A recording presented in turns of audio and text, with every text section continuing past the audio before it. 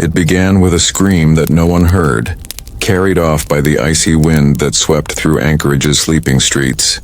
At 2:14 a.m., the streetlights flickered like dying candles, and a dog barked from somewhere deep in the dark, its echo swallowed by the cold. By the time the snow settled, the city had already buried another secret beneath its frozen breath. When the first light of dawn crept over Ship Creek, all that remained was blood crystallized in the frost, a scar on the white earth that glimmered faintly pink. It looked almost beautiful, almost delicate, until you realized what it meant. Someone had vanished. Detective Marla Keegan stood at the edge of the scene, the wind slicing across her face as she crouched beside the stain. Her gloved hand hovered over it, feeling the memory of violence radiating from the snow. Anchorage winters were always quiet, but this kind of silence wasn't natural. It was the kind that waited, watched, and listened. She hated it because it reminded her of everything she'd lost: her partner, her faith in the badge, her sleep. The uniformed officers had done what they could, which wasn't much. There were no tire marks, no clear footprints, only half a dozen impressions leading into the tree line before vanishing like ghosts into the drifts. The victim's car sat 30 feet away, doors locked, engine off. Marla opened it and felt the stale heat still clinging to the air inside, as if whoever had been there had only stepped out a few minutes ago. The passenger seat was empty except for a notepad and a thermos, both dusted with frost. She brushed them off and flipped the notepad open. Most of the pages were blank, but a single line was scribbled near the top. They said the creek hides what the city denies. That was enough to stir the uneasy weight in her chest. The ID found in the snow belonged to Evan Rourke, a journalist known in the city for digging where others wouldn't. He'd exposed 2 small-time councilmen for embezzlement last year, nearly got sued for defamation, and hadn't published anything since. People said he was working on something big, something involving state contracts and missing millions, but no one knew the details. And now Evan was gone, his blood freezing in a slow, deliberate pattern. Marla looked closer at the ground and saw something that made her frown. The splatter didn't suggest chaos. It was too contained, too purposeful. Whoever had done this knew exactly where to strike and how to leave just enough behind. A message maybe, or a warning. She straightened, scanning the trees that lined the creek. It was still early, the sky gray and soft, but the snow reflected enough light to make every branch look like a hand reaching out from the dark. "Detective," Officer Payne called from the bridge. He held up a small evidence bag. Inside was a cigarette butt, its filter crushed neatly in half. She took it and stared at it for a long time. That small, precise break wasn't random. It was ritual. The last time she'd seen one like that was years ago, left behind by someone who had once known her better than anyone else. Someone who'd betrayed everything they stood for. The memory burned like acid, but she said nothing, only slipped the bag into her pocket and turned back toward the creek. As she drove back toward the precinct, Anchorage unfolded around her like a frozen confession. The streets were quiet, the people wrapped in layers of coats and silence, their faces pale under the gray sky. This city had always been two-faced, a tourist's haven on the surface, but beneath it, a graveyard of secrets too heavy to thaw. She'd spent her career pulling bones out of its permafrost, and somehow, they always looked the same. Men who thought they were untouchable, and the ones who paid for their arrogance. In her office, the light from her desk lamp cast long shadows across the walls. She pulled up Evan Rourke's file, scanning through his record.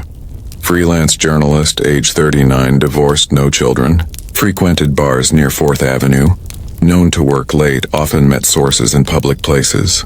He'd filed several Freedom of Information requests over the past 6 months, most relating to government construction projects along the coast. One in particular stood out: Harbor Development Initiative Phase 3. She'd heard that name before, years back, tied to an internal corruption probe that had mysteriously vanished. 2 senators, one retired police chief, and a contractor with rumored cartel ties. The case had gone cold. just like everything else around here. She played back the last known phone call from Evan's cell records. The call lasted 53 seconds and went to an unregistered number. When she traced it, the address came up as a convenience store near Fifth Avenue. She called the store owner, an older man named Reza who barely spoke above a whisper. "Yes," he said, "someone by phone here. 3 days ago. Tall man, gray jacket, paid cash, no name." Marla's stomach tightened. "You have cameras, Reza?" He hesitated. "Maybe. They work sometimes." "Send me what you have." An hour later, the video arrived in her inbox. She fast-forwarded through the static until a man in a gray parka and black fisherman's cap walked into the frame. He moved with a kind of easy precision, paying cash, slipping the phone into his pocket before glancing up at the camera. His face came into view for less than a second, but that was enough. Her breath caught in her throat. It was a face she hadn't seen in 5 years, one she'd tried to forget but never could. Daniel Cross, her former partner. She leaned back in her chair, the sound of the wind outside rattling the window pane. Daniel had disappeared without a trace after an internal investigation. Found evidence he'd been tampering with crime scenes, taking bribes, maybe worse. He'd walked out of the precinct one morning and never came back. The department buried the story, said he'd taken early retirement, but Marla had never believed it. She'd searched once, followed a few dead leads, made a few enemies, and eventually let it die. But now his face was back, staring at her from a grainy security feed, tied to a dead journalist and a case that smelled of old rot. She closed the laptop and turned off the light, sitting in the dark as the hum of the city faded outside. For a long time she just listened, to the ticking of the clock, the creak of the pipes, the soft pulse of something colder moving in her chest. She didn't know if Daniel was hunting or warning her, but either way, he was close. The cigarette butt at the creek wasn't just a trace. It was a calling card. She reached for her phone, her fingers brushing against the scar on her wrist. A reminder of the last case they'd worked together. The one that ended with a man dead and her testimony tearing Daniel's career apart. She still remembered what he'd said that night before he vanished. Anchorage buries its sins in ice, Marla. The thaw always comes. Now 5 years later, she could feel that thaw creeping back, melting through everything she thought she'd buried. Somewhere in the frozen quiet of Ship Creek, something had woken up. And if Daniel was involved, it meant the city's past wasn't done with her yet. It was coming back to finish what had started. Outside, the wind howled against the glass, dragging flakes of snow across the streets like ash. Marla stared at her reflection in the window, two eyes staring back, and behind them the faint suggestion of another shape, another shadow, moving just out of sight. She turned sharply, hand on her holster, but the room was empty. Still, she couldn't shake the feeling that someone had been standing there, watching her in the reflection, smiling faintly in the dark. She picked up her coat and the evidence bag, slipping both into her bag. Tomorrow she'd go back to the creek. Tomorrow she'd start pulling at the threads Daniel had left behind. But tonight she couldn't help but wonder if she'd already walked into a trap, one he'd set years ago, buried under ice, waiting for her to come looking.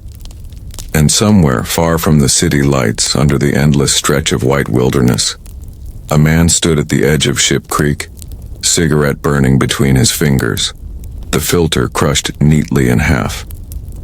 He watched the smoke rise and vanish into the wind, his breath slow and steady. Then he turned toward the city, toward the woman who once trusted him, and whispered to the cold, "It's time." The name lingered in her mind like the taste of iron, Daniel Cross. Marla couldn't escape it. It followed her through every soundless corridor of the precinct, through the smell of burnt coffee and the flicker of the overhead lights. The man had been her shadow once, her partner in the kind of cases that made headlines and enemies. He was sharp, charming in a dangerous way, and utterly fearless. And then one night he'd walked away from all of it, leaving her to explain a crime scene that didn't make sense in a department that wanted a villain. He'd taken the fall and she'd let him. Now, 5 years later, he was back, or at least his ghost was. She kept replaying the surveillance clip from the store, pausing on the blurred image of his face. He looked older, the angles harder, eyes sunken under a worn cap. But it was him. She could see it in the way he tilted his head, the small twitch at the corner of his mouth.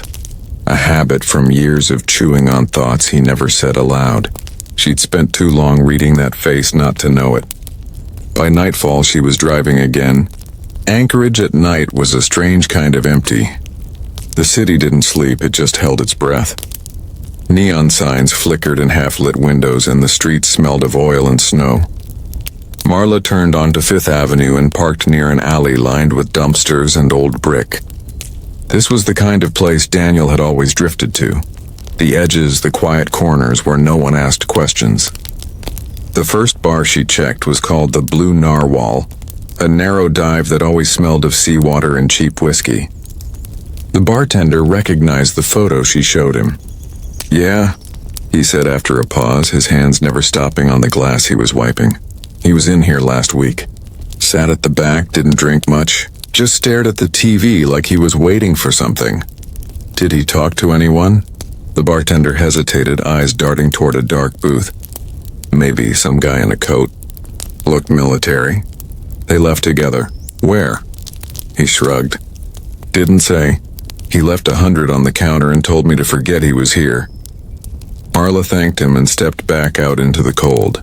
The air cut into her lungs, sharp and clean. She checked her phone. No messages, no new leads. The cigarette butt from the creek had come back with no matches in the database. Whoever Daniel was now, he wasn't leaving fingerprints. She went next to the waterfront motels. Places where people paid in cash and disappeared into thin walls and thicker lies.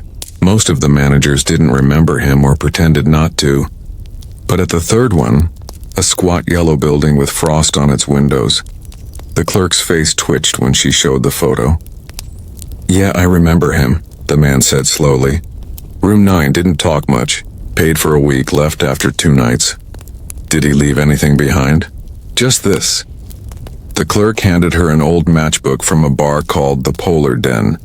The logo was worn, the paper soft from moisture. Inside, written in small, steady handwriting, was a single word: Keegan. Her chest tightened. She turned the matchbook over in her hands, the edges leaving faint traces of sulfur on her fingertips. Daniel was leaving breadcrumbs, and he wanted her to find them. But why now, after all these years? She found the Polar Den just after midnight. The place was half buried in snow, tucked between a pawn shop and an auto garage. The sign flickered weakly, a polar bear painted over cracked neon. Inside, the air was thick with smoke and the scent of spilled beer. A jukebox hummed low, playing a country song about loss and long roads. The bartender was an older woman with tired eyes and a scar down her cheek. She looked up when Marla slid onto a stool. "You're not one of the regulars," she said flatly. "I'm looking for someone." "Everyone is." Marla placed the matchbook on the counter. "He left this here." The woman stared at it for a moment, then reached under the bar. Instead of a weapon, she pulled out a folded note. "He said someone might come asking. Told me to give them this." Marla unfolded the note. The handwriting was unmistakably his, neat, deliberate, almost elegant. It read, "Don't trust them. You were right about the creek. Meet me where it started." She looked up, but the bartender was already walking away, pretending not to have seen her face pale. She left the bar without finishing her drink. The streets were nearly empty, the snow falling heavier now, blurring the lights into a soft haze. She knew what "where it started" meant. Ship Creek, the same place where Evan Rourke had vanished. The same place Daniel had just told her, through time and distance, to return to. Her phone vibrated in her pocket. A call from an unknown number. She answered without thinking. "Detective Keegan." A pause. Then a voice low and distorted by static. "You shouldn't have come back, Marla." Her grip on the phone tightened. "Daniel."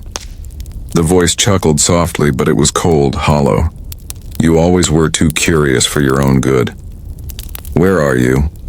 Closer than you think. Did you kill him? Silence. Only the faint sound of wind whistling through what could have been a phone booth or maybe an open window. Then the line went dead. Marla stood there, the wind tugging at her hair, her breath fogging the air. Her instinct screamed that this wasn't a simple reunion. Daniel was hunting something or someone, and she had just stepped back into the middle of it. She followed the only lead she had. Ship Creek was darker now, the trees bending under the weight of snow. The water moved sluggishly beneath a thin crust of ice. Her flashlight beam cut through the mist, tracing every branch, every glint of frost. Then she saw it. A faint reflection half buried in the mud near the waterline. She knelt and brushed away the snow. It was a small voice recorder, its casing cracked but intact. She pressed play. At first nothing but wind and water. Then Evan Rourke's voice, shaky but determined. "I know what you did. You buried it here, didn't you? All of it. The money, the contracts, the evidence. You think no one will find out?" Another voice replied. Calm, deep, measured. "You're asking the wrong questions, Evan. You think this is about money. It's about survival." Then a sharp crack echoed through the speaker, a gunshot, and a heavy dragging sound followed by silence. Marla's stomach turned cold. The second voice, it wasn't Daniel's, not exactly, but there was something familiar about it. Something in the rhythm, the calmness, the precision.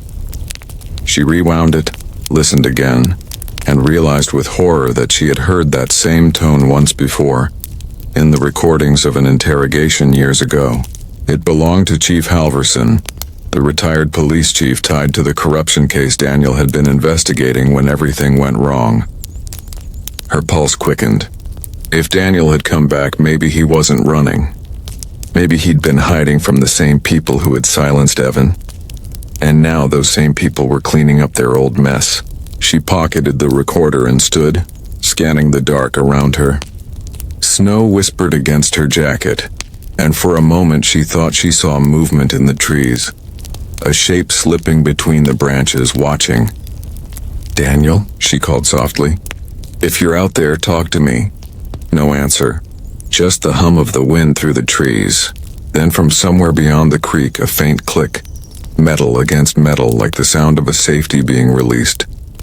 She spun toward it, gun drawn, flashlight trembling in her grip. The beam caught nothing but falling snow. Her heart hammered as she stepped backward toward her car. The snow muffled every sound except her own breathing. When she reached the door, she caught her reflection in the side mirror, and behind her, for the briefest second, a figure standing at the edge of the trees. Tall, still, watching. By the time she turned, the figure was gone, swallowed by the storm. She slid into the car, locked the doors, and sat there shaking. The recorder played one last time on the passenger seat. Evan's voice breaking through the static. "If anyone finds this, tell Detective Keegan it's not over." Marla stared out into the night, the creek stretching before her like a wound that would never heal. Somewhere in that darkness, Daniel Cross was waiting. Whether his ally or enemy, she didn't yet know. But one thing was certain. The ghosts of Anchorage were awake again, and she was standing right in their path. The old cannery at the edge of Anchorage looked like something the sea had chewed up and spat back out. Rusted steel walls, windows broken into jagged teeth, roof half collapsed from years of storms and silence. The road leading there was slick with ice, lined with dark trees that bent toward the ground like weary sentinels. Marla parked a quarter-mile away, killed her headlights, and sat in the dark for a long minute. The recorder from Ship Creek rested on the seat beside her, its faint red light blinking like a pulse. She could still hear Evan Rourke's last words in her mind and the gunshot that followed. That sound had weight now because she knew whose hands had once carried that kind of silence. Daniel's. But she also knew him better than anyone else. Daniel didn't kill for nothing. If he was part of this, it wasn't simple. It never was with him. He'd always walked the line between justice and corruption, between doing what was right and doing what worked, and somehow she'd followed him every step until he vanished into the dark. The cannery loomed ahead, black against the snow. Marla stepped out of the car, boots crunching over frozen gravel. The wind carried the smell of brine and rot, the kind of scent that never truly left a place touched by death. Her flashlight's beam cut through the dust and revealed faded signs, warnings, old safety notices, numbers half erased by time. She moved slowly through the main entrance, weapon drawn, the beam trembling across corroded machines and hanging chains that clinked softly when the wind found them. Every step echoed. The floor was slick in places where melting frost bled through cracks in the concrete. Rats scurried in the corners. A staircase led up to the manager's office, its railing wrapped in cobwebs. But what caught her eye was the faint glow deeper inside, near what had once been the processing area. She followed it, breath fogging in the cold, and found herself standing before a corkboard nailed to a metal wall. The light came from a single dangling bulb above it, swaying gently with every gust that crept through the broken roof. The board was covered in photos, maps, newspaper clippings. It took her a moment to process what she was looking at. Then her chest tightened. There was Evan Rourke in one photo, smiling in front of a newsroom banner. Another showed 2 state senators shaking hands at a ribbon-cutting ceremony for the Harbor Development Initiative. There was a picture of the old police chief Halverson, shaking hands with a construction magnate. And there, pinned near the center, was a photo of Marla herself, young, uniformed, her arm around Daniel Cross. A red string ran from her face to Daniel's, then to Evan's, then spiraling out toward the politicians and contractors. It was a web, drawn with purpose, linking them all. At the very center of it, written in thick red ink, were 3 words. "They're still watching." Her pulse hammered. The handwriting was Daniel's, neat, deliberate, precise. She reached out and touched the board, tracing one of the strings.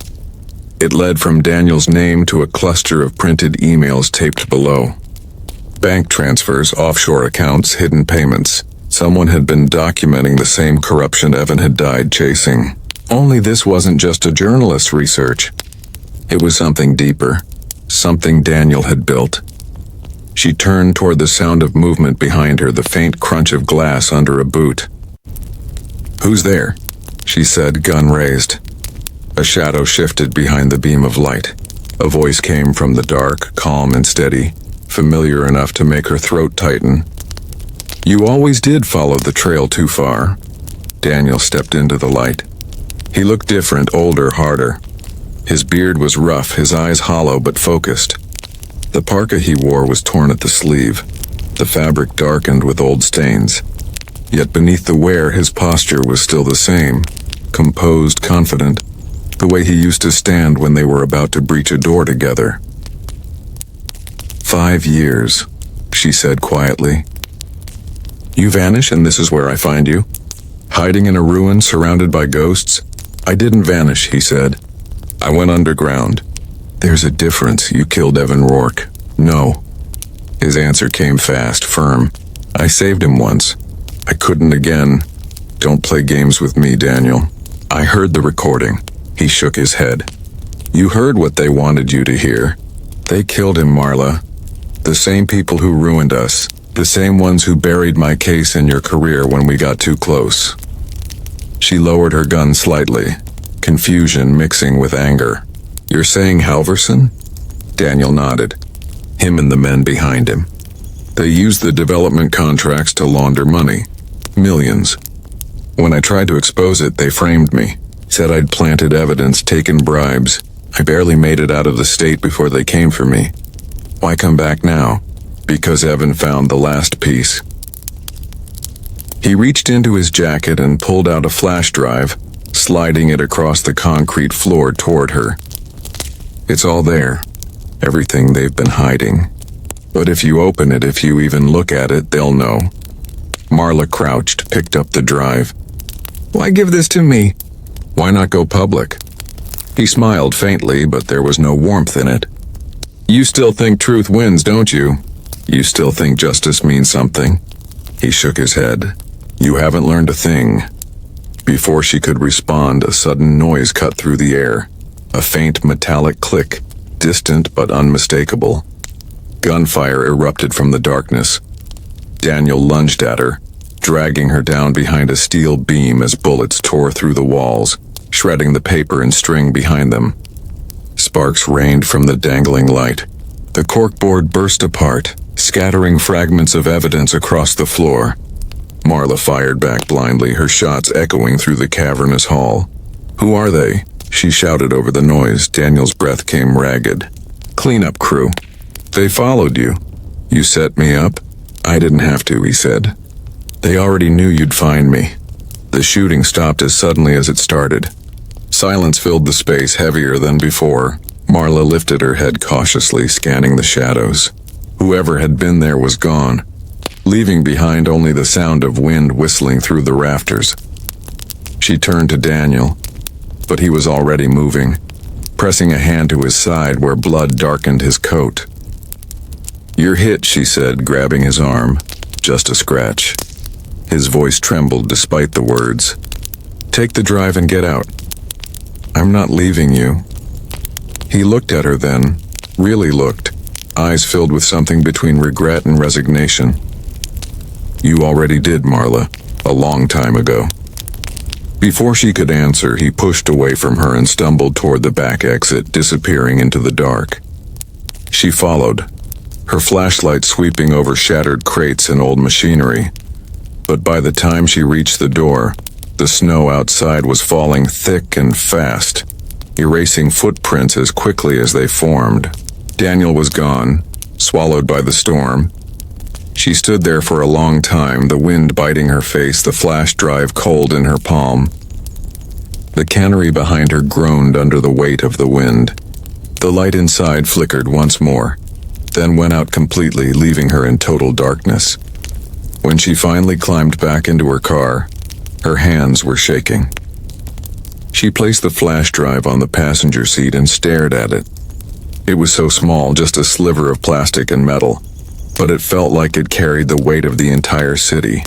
She thought of Evan, of Daniel, of the men whose names were tangled together on that board.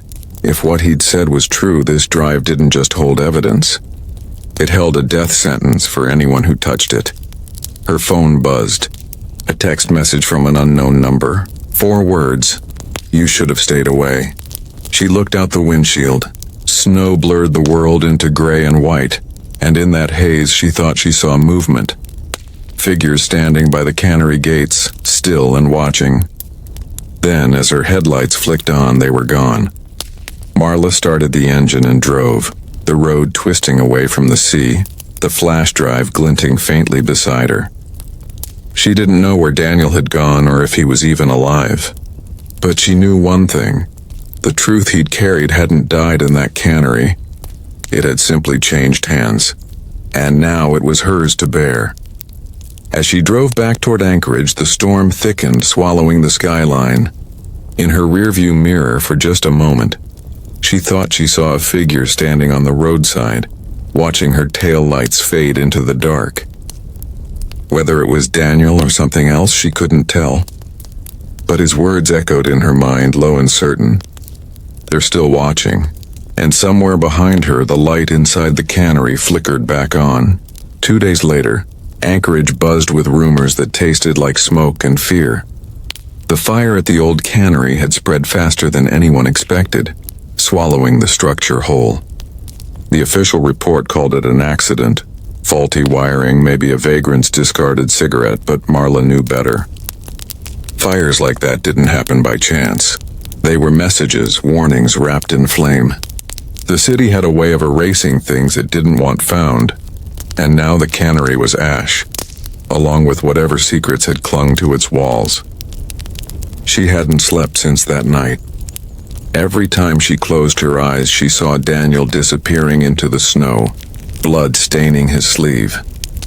Sometimes, in the quiet hours before dawn, she almost convinced herself she'd imagined him, that the wind and the guilt had conspired to bring his ghost back. But the flash drive on her kitchen table told her otherwise. The small black device gleamed under the light, harmless in appearance yet heavy with implication. She hadn't dared plug it in yet. It sat there like a silent witness daring her to look. She'd turned her phone off, closed the blinds, and waited. But waiting did nothing to ease the pull of it. The slow magnetic gravity of the truth buried inside. By the third morning, she couldn't resist any longer. She connected it to her laptop, fingers trembling as the files blinked to life. Folders opened, each one labeled with dates and cryptic phrases. Cold Harbor, Project Aegis, Anchorage Consortium. She clicked one at random. The screen filled with spreadsheets, transaction logs, emails between names she recognized from City Hall, the governor's office, the police department. The numbers didn't lie. Millions had been siphoned from public contracts into offshore accounts, all under the guise of infrastructure development. Evan Rourke had been right. Daniel had been right. Anchorage wasn't corrupt. It was built on corruption. Her heart thudded as she scrolled further. There were memos implicating Halverson and his circle, signed agreements that had been redacted before reaching the public record. One email stopped her cold. It was between Halverson and another name she knew too well, D. Cross. Her breath caught. Daniel's name was buried in the chain, his words clipped and professional. He hadn't been exposing the system. He'd been inside it. At least that's what the message suggested. She read it again, slower this time. There was something off about it. The phrasing wasn't his. The tone was too formal, the punctuation wrong. Daniel had always written in short, sharp bursts. This read like someone mimicking him. A forgery. Someone had planted it to make him look complicit. Her stomach tightened as realization set in. The same people who'd framed him years ago had done it again. This time permanently. The evidence she held wasn't just proof of a crime, it was bait. Anyone who opened it would become part of the story, tangled in the same web. That was why Daniel hadn't uploaded it himself. He'd known it was poisoned. Her doorbell rang. The sound froze her in place. She hadn't told anyone where she lived now. The precinct didn't have this address. Slowly, she closed the laptop and reached for her gun. The second ring was longer, more deliberate. She moved to the door, peered through the peephole. Nothing. Just falling snow and the quiet outline of the city beyond her porch. When she opened the door, no one was there. Only an envelope lying on the steps. It was sealed, the paper slightly damp from snow. She bent down, picked it up, and tore it open. Inside was a photograph. Daniel stood in front of a cabin buried deep in the wilderness, a faint smile on his face, snow clinging to his beard. The back of the photo bore 5 words written in familiar ink. Not over yet. Find the cabin. She stared at the picture for a long time. The background was familiar. The slope of the mountains, the frozen pines. It looked like somewhere north near Eklutna or maybe Palmer, though the exact spot was hard to tell. If Daniel had survived, that was where he'd gone. But the risk of following him now was monumental. Whoever torched the cannery knew she was involved. She'd already received 3 missed calls from unknown numbers. One of them traced back to a deactivated government line. The flash drive was still on the table, its light blinking faintly like a heartbeat. She paced the room, the photo in one hand, the drive in the other. She could take it to the press, but that would mean immediate exposure. Her name, her face, tied to a network of power that would erase her before the truth saw daylight. Or she could destroy it and pretend none of this ever happened. Walk away like Daniel had once done. But then she remembered Evan Rourke's voice from the recorder, the desperation in it, the way his words had trembled with belief. Tell her it's not over. By nightfall, she'd made her decision. She loaded her gun, packed a flashlight, a map, a thermos of coffee, and the drive. The roads north were half buried in snow, winding through forests where the trees grew so close together they seemed to whisper. Her headlights carved a thin line through the dark, and with every mile, the city fell further behind, replaced by a silence so complete it pressed against her ears. The cabin appeared just after midnight, a sliver of shape in the snow. Smoke drifted faintly from the chimney. and for a moment she let herself believe that maybe he really was alive, waiting for her. She parked the car and stepped out, her boots sinking deep into the powder. The world around her was deathly still. The door was unlocked. Inside, the air was warm, faintly scented with pine and something else, gun oil. The walls were lined with old maps, photographs, and notes scribbled in Daniel's unmistakable handwriting. On the table sat another recorder, its light blinking steadily. She pressed play. His voice filled the room, calm but weaker than she remembered. "If you're hearing this, you found me. Or what's left of me. I don't know how much time I have, Marla. They came after me again. Same men, same orders. They won't stop until every piece of this is gone. But you can finish it. Everything on that drive is real. You can't trust anyone in the department. Not even the ones you think are clean. They're all part of it. Burn it if you have to, but don't let them bury it again." The recording clicked off. The silence that followed heavy enough to make her hands tremble. She turned toward the fireplace. A small metal box sat inside the hearth, half buried in ashes. She pulled it out, pried it open. Inside were copies, USBs, printed documents, photographs of transactions, signatures. Backup evidence. Daniel had planned for everything. Then she saw the blood. A dark, dry smear along the floorboards leading toward the back door. She followed it out into the snow, her flashlight beam slicing through the dark until it caught on something half covered in frost. A coat torn and stiff, and beside it a crushed cigarette filter split perfectly in half. Her breath hitched. She dropped to her knees, brushed the snow away. There was no body, only footprints leading toward the trees, fading where the drifts deepened. He'd been here, maybe still was. Or maybe he'd walked into the woods knowing she'd find what he left behind. When she returned inside, she threw the flash drive into the fire. The plastic cracked, melted, and vanished into the flames. But she kept one of the copies from the box, tucking it into her coat. If the city wanted its secrets buried, she'd make sure the whole world saw them first. Back in Anchorage, hours later, the power grid failed without warning. Streetlights flickered once, then died, plunging the neighborhoods into black. Marla stood at her window, watching as the city she'd spent her life protecting vanished into darkness. In the street below, the snow fell heavy and unbroken, except for a figure standing across the road, unmoving. Tall, still, face hidden beneath a hood. She froze, hand instinctively moving toward her gun, but something held her back. The figure didn't move, didn't threaten. It only watched. And then, as the last of the power faded and the night grew deeper, it turned and disappeared into the storm. Marla stood there long after it was gone, the faint smell of smoke still clinging to her hands, the sound of Daniel's voice echoing in her memory. The city was quiet again, but it wasn't the kind of quiet that meant peace.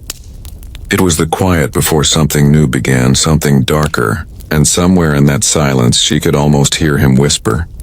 The same words he'd told her years ago. Anchorage buries its sins in ice, Marla. The thaw always comes. Outside, the wind rose, carrying with it the soft, shifting sound of footsteps in the snow.